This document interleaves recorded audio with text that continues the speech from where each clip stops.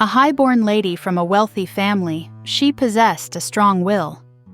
In the Middle Ages, it was unheard of for a woman to challenge her husband, but Countess Godiva was too troubled by the heavy taxes imposed on her people to remain silent.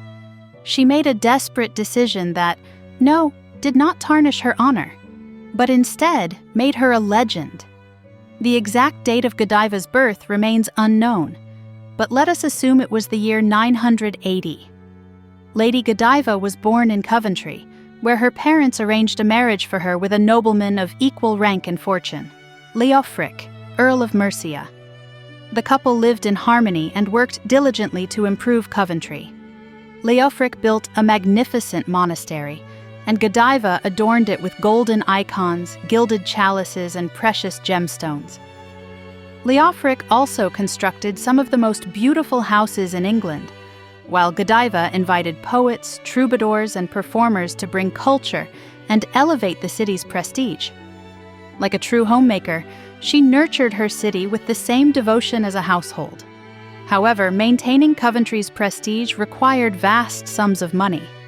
But where would they come from? Leofric decided to raise taxes on the townspeople. The problem was that they were already struggling to survive. Yes, they loved their beautiful city, but golden icons would not feed their children. The burdensome taxes drove merchants away, and profits dwindled. The city grew poorer, yet the taxes only increased. The Earl of Mercia failed to understand what he was doing wrong. After all, he believed he was acting with the best intentions.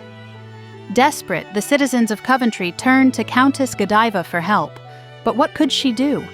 Her husband refused to listen, and instead of a generous patron, he had become a greedy lord. No matter how much Godiva pleaded, Leofric would not change his mind. Then, one evening, at a feast, he was particularly merry and jokingly declared, "If my wife rides naked through the city, covered only by her hair, then I will lower the taxes." The noblemen around him burst into laughter. To them, the idea was absurd. How could a lady of such noble lineage ever subject herself to disgrace?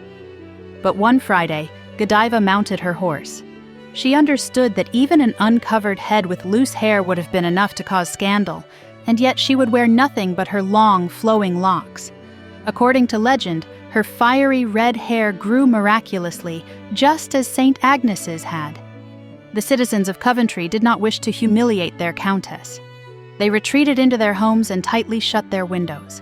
Some men attempted to peek through cracks, but were met with the furious glares of their wives or mothers. And as the story goes, when Leofric learned of his wife's bold sacrifice, he immediately repealed the taxes. Yet, personally, I find the idea of tax cancellation impossible. No ruler could completely abolish taxation.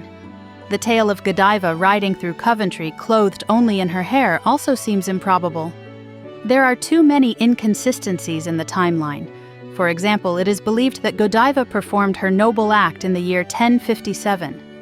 This would mean she was around 67 to 77 years old at the time, which hardly fits the image of a young and fearless countess on horseback.